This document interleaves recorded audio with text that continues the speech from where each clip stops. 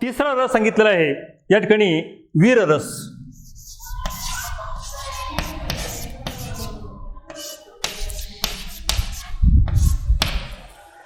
आता वीर या नावामध्ये सगळं काही आलेलं आहे. पराक्रम, शौर्य, युद्ध, लढाई याचं वर्णन ज्या ठिकाणी केलं जातं त्या ठिकाणी वीर रसाची निर्मिती होते. उदाहरण द्यायचं झालं तर, खबरदार जर टाच मारुनी जाल पुढे चिंधड्या, उडविन राई राई एवढ्या. या ठिकाणी तुमच्या लक्षात येईल की एका शूर पराक्रमी सरदाराच्या तोंडातून बाहेर पडलेले हे उद्गार म्हणजेच वीरपणाचं लक्षण आहे. आता वास्तविक पाहता ही जी कविता आहे त्या कवितेचं वर्णन म्हणजे छत्रपती शिवाजी महाराज एका गावामध्ये आपला वेश बदलून त्या ठिकाणी गेले आणि त्या ठिकाणी गेल्यानंतर त्या गावाच्या वेशीवरती एक साधारणतः 10 वर्षाचा मुलगा हा उभा होता आणि महाराजांनी अगोदरच कल्पना दिली की अनोळखी माणसाला गावामध्ये प्रवेश द्यायचा नाही. त्यामुळे आपल्या गावामध्ये हा अनोळखी माणूस कोण आला असं त्या छोट्याशा बालकाला वाटलं. खऱ्या अर्थाने ते तर शिवाजी महाराज होते, परंतु त्या छोट्याशा बालकाने महाराजांना त्या वेशीवरच अडवलं आणि सांगितलं की आमच्या महाराजांचा आदेश आहे की अनोळखी व्यक्तीला गावामध्ये प्रवेश द्यायचा नाही. आणि म्हणून त्याने हे कविपंक्ती वापरलेली आहे की खबरदार जर आमच्या गावामध्ये तुम्ही प्रवेश करायचा प्रयत्न केला, आतमध्ये जायचा प्रयत्न केला तर या ठिकाणी तुमच्या शरीराचे किती तुकडे होतील याची तुम्ही कल्पनाच करू शकणार नाही. म्हणून ते कविपंक्ती वापरलेलं आहे. खबरदार टाच मारुनी जाल पुढे चिंधड्या, उडविन राई राई एवढ्या.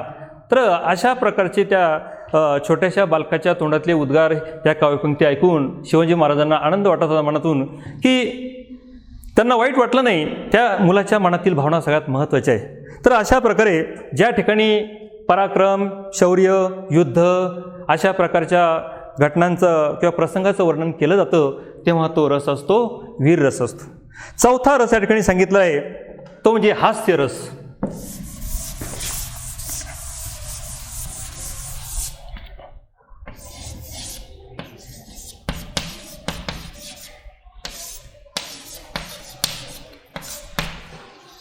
जिथे हसू येतं, जे लेखन वाचल्यानंतर, ज्या काव्यपंक्ती वाचल्यानंतर आपल्याला हसू येतं त्या ठिकाणी हास्य रसाची निर्मिती होते. मराठी साहित्यामध्ये प्र के अत्रे किंवा ज्यांना आपण केशव कुमार या नावाने ओळखतो त्यांच्या बहुतांशी कविता या हास्य रसाचं उदाहरण आहे. या ठिकाणी जेव्हा एखादा विनोद, एखादं विडंबन काव्य, एखादी विसंगती किंवा कोणाची केलेली चेष्टा या सगळ्या प्रसंगामधून जेव्हा विनोद घडला जातो तेव्हा आपल्याला हसू आल्याशिवाय राहत नाही. आणि आपल्याला जेव्हा हसू येतं तेव्हा तो रस असतो हास्य रस आहे. एक उदाहरण सांगितलं आहे. एक भिकारी समोरच्या साहेबाला त्या ठिकाणी प्रश्न करतो आहे की साहेब गरिबाला वडापावसाठी 10 रुपये द्या. साहेब म्हणतो अरे बाबा माझ्याकडे 1 रुपयासुद्धा नाही, तुला अशा प्रकारे 10 रुपये कुठून देऊ. तर भिकारी पुढे साहेबाला म्हणतो की चला मग आपण दोघेही भीक मागू. तर अशा छोट्या छोट्या विनोदातून हास्य निर्माण होतं आणि तेव्हा तिथे हास्य रसाची निर्मिती होते. 5वा रस सांगितलेला आहे रौद्र रस.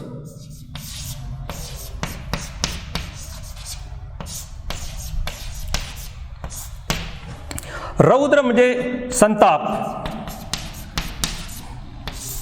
चीड, राग. संताप व्यक्त होणं, राग व्यक्त होणं, चीड व्यक्त होणं अशा प्रकारच्या वर्णनातून रौद्र रसाची निर्मिती होते.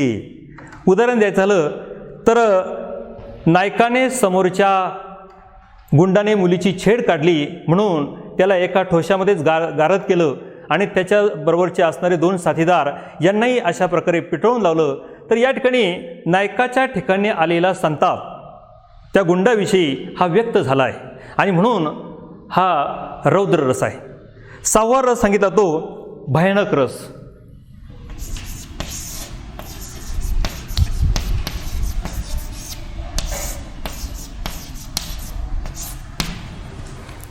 भयानक रसामध्ये भीती, भय या भावना व्यक्त होतात. भीती वाटणे, भय वाटणे, यातून भयानक रसाची निर्मिती होत असते.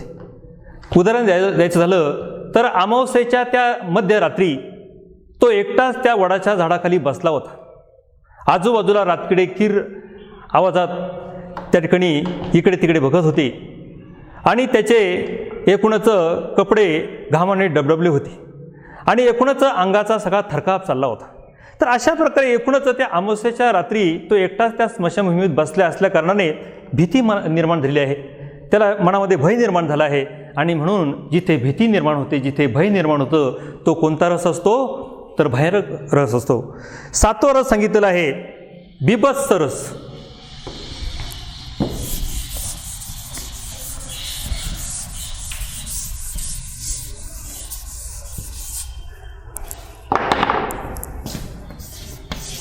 बिभत्स रस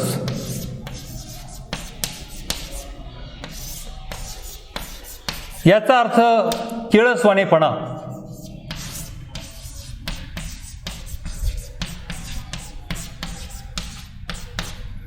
किंवा त्यालाच तिटकारा असंही म्हणतात. तिटकारा येणे.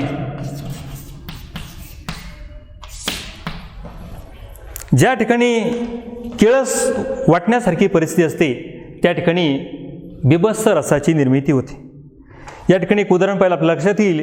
सखी नाक तुझे का गळले, गालावर शेंबूड ओघळला.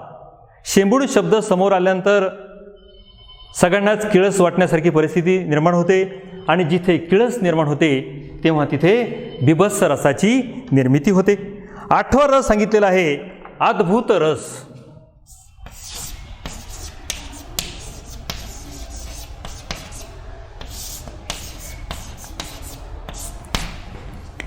आठवा रस आहे अद्भुत रस. अद्भुत रस म्हणजे काय? नवल वाटणे, आश्चर्य वाटणे. नवल, आश्चर्य किंवा विस्मय या प्रसंगामधून अद्भुत रसाची निर्मिती होते आहे. आपण बऱ्याच वेळा टी व्हीवरती राक्षसांच्या बऱ्याचशा एकूणच गोष्टी आपल्याला ऐकायला मिळतात, देवदानवांच्या गोष्टी पाहायला मिळतात किंवा उदाहरण द्यायचं झालं तर रामायण महाभारत याच्यामध्ये सुद्धा आपण पाहतोय की ते राक्षस दानव हे असे अद्भुत वेगळ्या प्रकारचे हवा निर्माण करतात, हास्य निर्माण करतात. तर त्यामधून निश्चितच आपल्याला नवल वाटतं आहे, आश्चर्य वाटतं आहे, विस्मय निर्माण होतो आहे. अशा ठिकाणी अद्भुत रसाची निर्मिती होते आहे. आणि आता शेवटचा रस सांगितलेला आहे तो म्हणजे 9वा शांत रस.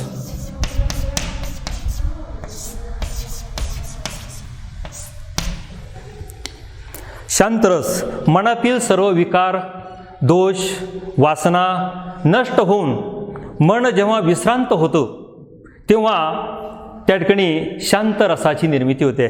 शांत शब्दामध्ये सगळा अर्थ व्यापलेला आहे.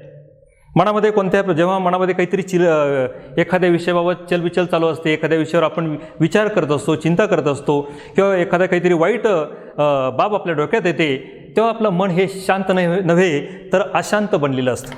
म्हणून एकूणच मनातील सर्व विकार, वासना, दोष हे जेव्हा नष्ट होतात तेव्हा एकूणच मन विश्रांत बनतं आणि जिथे मन विश्रांत बनलं की तिथे शांत रसाची निर्मिती होते. आता उदाहरण द्यायचं झालं तर संत ज्ञानेश्वरांचं जे पसायदान आहे हे पसायदान शांत रसाचं अत्यंत उत्कृष्ट उदाहरण आहे.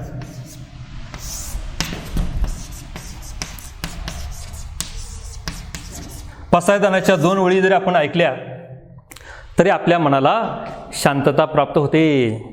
आता विश्वात्मके देवे येणे वाग्यज्ञ तोषावे, तोषोनी मज द्यावे पसायदान हे. असं हे शांतपणाने आपण ऐकण्याचा प्रयत्न केला तर मनाला कशी शांती मिळते, मन कसं शांत होत आहे.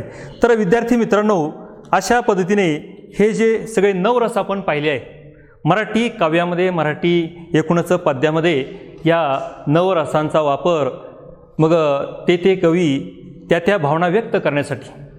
उदाहरण द्यायचं झालं समजा कुसुमाग्रज यांची देशभक्तीपर कविता जी आहे त्या कवितेमध्ये वीर रसाचा वापर करताना आपल्याला कुसुमाग्रज दिसतात. बालकवी म्हटल्यानंतर त्या निसर्ग कवितेमध्ये सुद्धा अशा प्रकारे या रसांचा वापर शांत रसाचा वापर आपल्याला त्या ठिकाणी करता येईल. तर एकूण या 9 रसांचा वापर मराठी पाद्यामध्ये मोठ्या प्रमाणात चांगल्या पद्धतीने केला जातो आणि त्या काव्याला, त्या पद्याला एक सौंदर्य प्राप्त होत आहे. आपल्याला पुढचा महत्त्वाचा घटक या ठिकाणी लक्षात घ्यायचा आहे, रसग्रहण.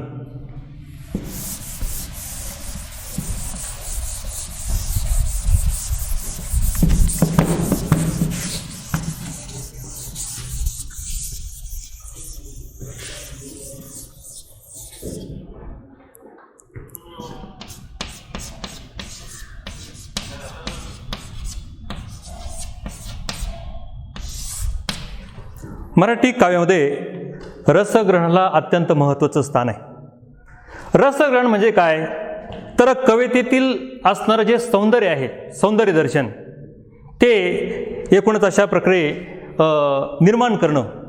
काव्यामध्ये आपण अलंकाराच्या माध्यमातून किंवा नवरसांच्या माध्यमातून किंवा अशा सौंदर्याच्या माध्यमातून किंवा काव्यगुणाच्या माध्यमातून जे सौंदर्य आपण निर्माण करत असतो, त्या सौंदर्याला त्या ठिकाणी अशा प्रकारे रसग्रहण असं या ठिकाणी म्हटलं जातं. एखाद्या कलाकृतीच्या आस्वादामुळे जेव्हा आपल्या मनाला आनंद प्राप्त होतो आणि आपल्याला झालेला हा आनंद जेव्हा आपण इतरांना समजावून सांगतो, तेव्हा त्या ठिकाणी रसग्रहण करणं असं त्याला म्हटलं जातं. एखादी कलाकृती, मग साधारण एखादी कादंबरी आपण वाचली, एखादी कथा आपण वाचली, एखादं चरित्र आपण वाचलं, एखाद्या लेखाचं आत्मचरित्र आपण वाचन केलं असेल, हे कोणतंही साहित्य घ्या, हे वाचन केल्यानंतर जेव्हा तुमच्या मनाला आनंद प्राप्त होतो आणि आनंद प्राप्त झाला की मग आपण इतरांना तो आनंद आपल्या पद्धतीने समजावून सांगतो.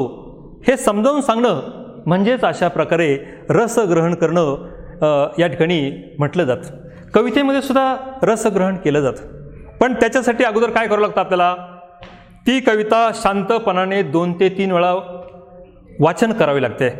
वाचन केल्यानंतर त्या कवितेचा जो मुख्य अर्थ आहे आपल्या मनात निर्माण झालेला, तो आपल्या डोळ्यासमोर उभा राहतो. कवितेला कधीकधी एक अर्थ असतात, तर त्याच कवितेला कधीकधी 2 अर्थसुद्धा असतात.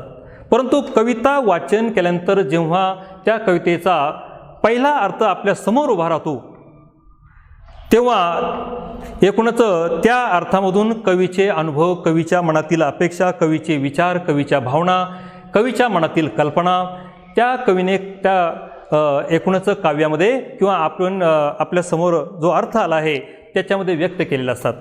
पण कधीकधी त्या कवितेचा सरळ सरळ अर्थ जरी आपल्या लक्षात आला असला तरीसुद्धा कवीला कधीकधी त्या ठिकाणी दुसराच अर्थ सांगायचा असतो. उदाहरण द्यायचं झालं तर समजा कवयित्री, मराठी साहित्यातील एक नामवंत आणि प्रसिद्ध कवयित्री इंदिरा संत यांची पतंग नावाची कविता आहे.